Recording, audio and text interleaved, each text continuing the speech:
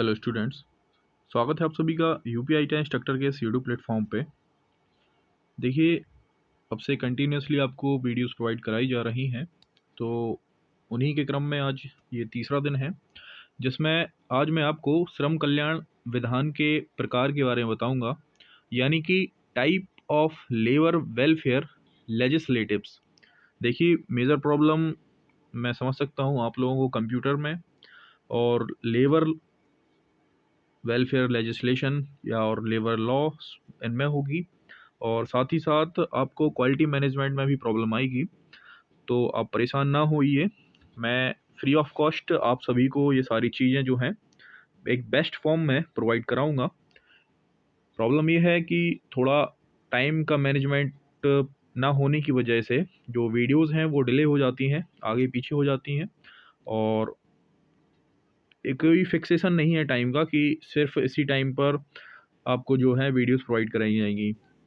तो प्लीज़ आप परेशान ना होइएगा, मैं आपको जैसे ही मेरे पास टाइम मिलता है, मैं भले एक टॉपिक की वीडियो प्रोवाइड कराऊं या फिर आपको कुछ बेस्ट क्वेश्चंस प्रोवाइड कराऊं, लेकिन मैं आपको कुछ ना कुछ रोज़ नया प्रोवाइड जरूर कराऊंगा जो कि आपके आने वाले एग्ज़ाम से ही रिलेटेड होगा।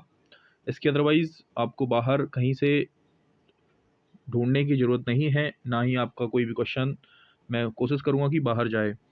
साथ ही साथ जो लोग चैनल पर नए हैं, प्लीज़ चैनल को लाइक से सब्सक्राइब जरूर करें, और हमारे टेलीग्राम ग्रुप को भी आप ज्वाइन कर सकते हैं डायरेक्टली सर्च करके यूपीआई टा इंस्ट्रक्टर 2022। इसमें डेली 9 बजे के आसपास क्विज़ भी होता है जिसमें काफ़ी सारे पार्टिसिपेंट्स भी पार्ट लेते हैं।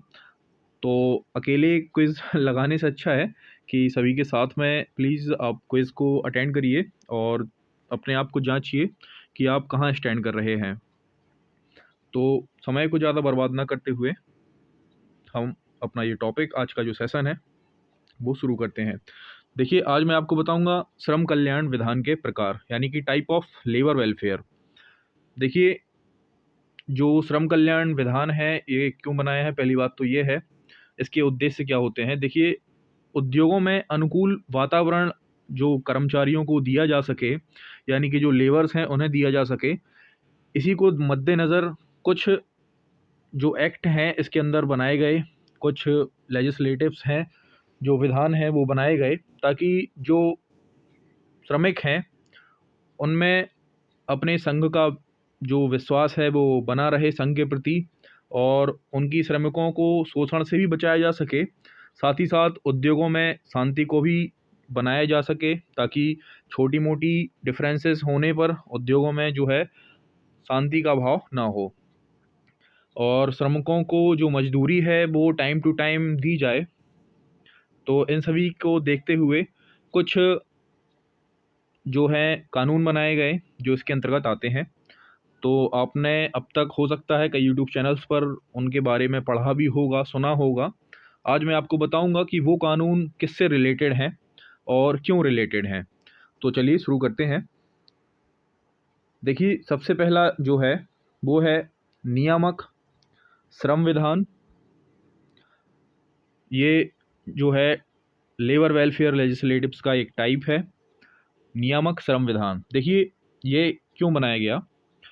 देखिए, ये जो है ऐसे विधान हैं जो कि श्रम संघ और एवं नियोजकों के बीच में, यानी कि जो लेबर्स की जो ऑर्गेनाइजेशन है और जो इंडस्ट्रीज़ की ऑर्गेनाइजेशन है, जो डायरेक्ट आप इंडस्ट्रीज़ को ही सपोज कर सकते हैं, उनके बीच में संबंधों को रेगुलर फॉर्म में आप चला सकें, नियमित रूप से उन्हें उनके बीच में जो कार्यवाही है वो प्रॉपरली वे में काम कर सके, इसके लिए जो है वो नियामक श्रम विधान बनाया गया।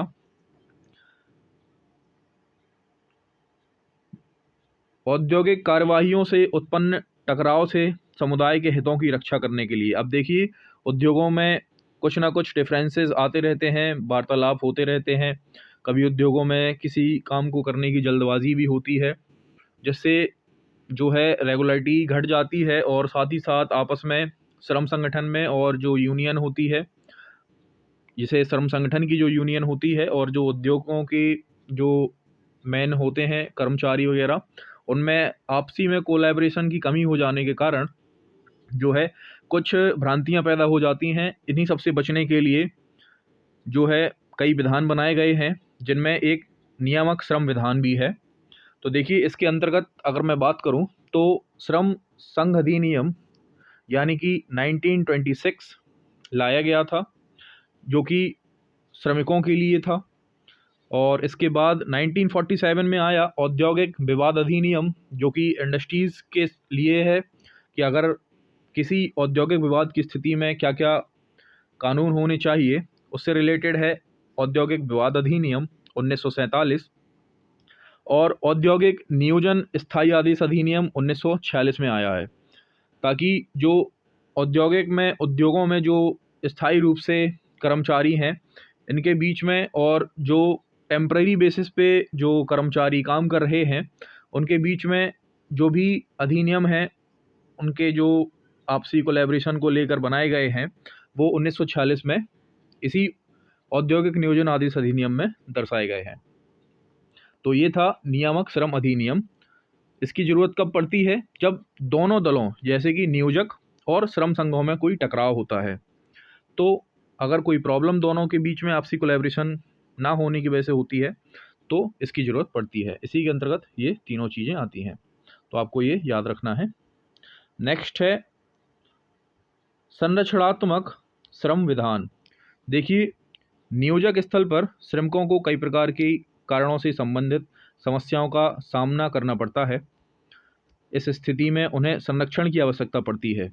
जो स्वयं अपना संरक्षण नहीं कर पाते, इन्हीं सब बातों को ध्यान में रखकर सरकार द्वारा श्रमिकों को संरक्षण देने के लिए संरचनात्मक श्रम कानून बनाया गया है। जैसे कि मान लीजिए किसी को कोई प्रॉब्लम हो रही है, जैसे कोई बालक है, उसका बाल श्रम नहीं दिया जा रहा या उससे मजदूरी कराई जा रही है, किसी जो उसकी फिक्सेशन एज है उसके अंतर्गत ही मजदूरी कराई जा रही है, कोई मजदूर है उसकी सैलरी टाइम पे नहीं दी जा रही है या उसका कोई शोषण किया जा रहा है, तो इन्हीं सब देखते हुए संरचनात्मक श्रम विधान बनाए गए। इसके अंतर्गत अगर मैं बात करूं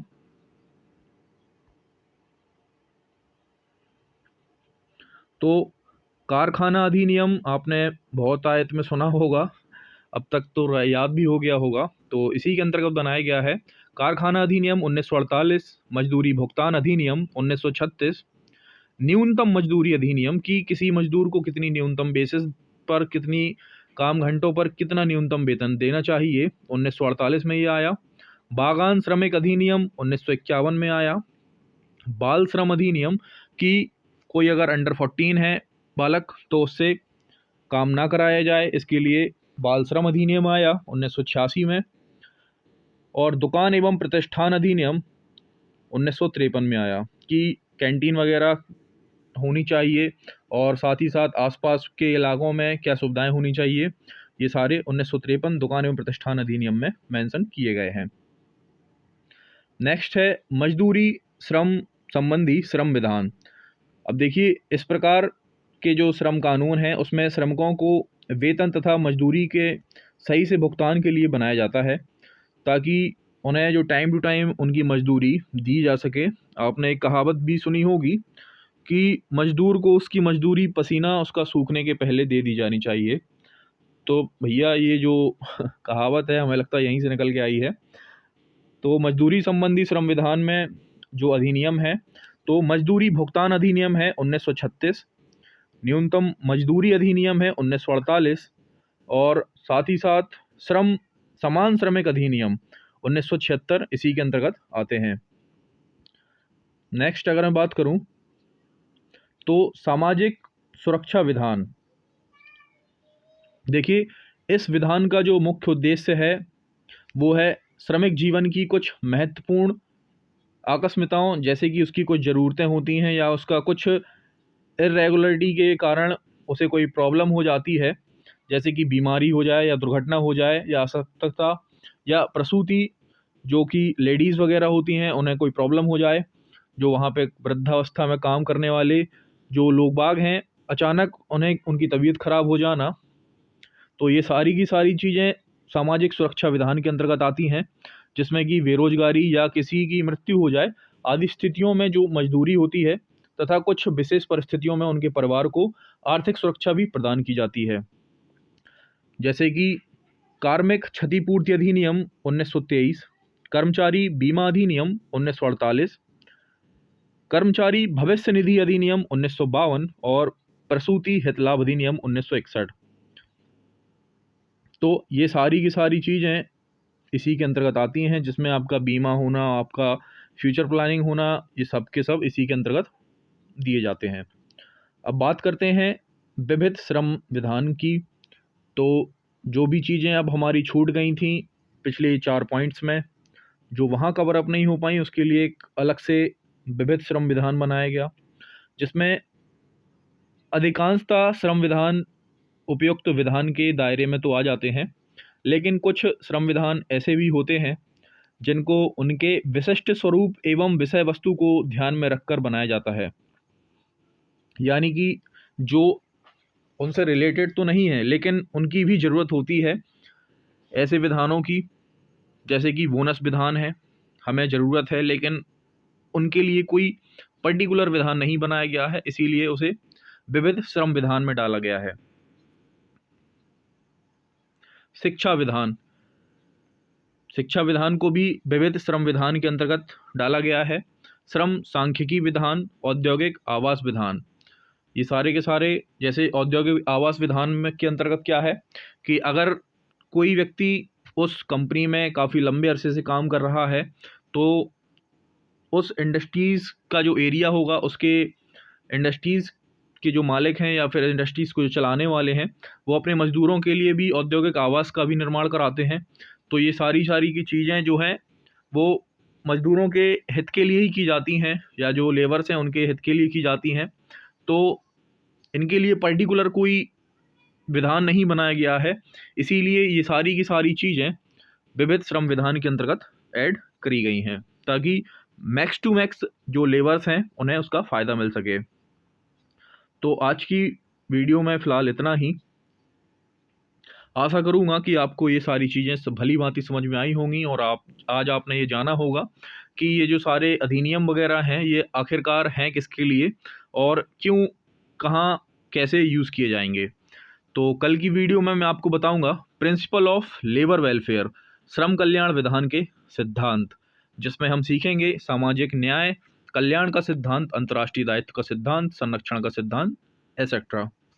तो चैनल के साथ बने रहिए, चैनल को लाइक शेयर सब्सक्राइब जरूर करें और अपने मित्र यारों तक भी पहुंचाएं, ताकि जो भी यूपी ITA इंस्ट्रक्टर और झारखंड ITA इंस्ट्रक्टर की तैयारी कर रहे हैं उनके लिए भी वीडियो यूज़फुल हो सके।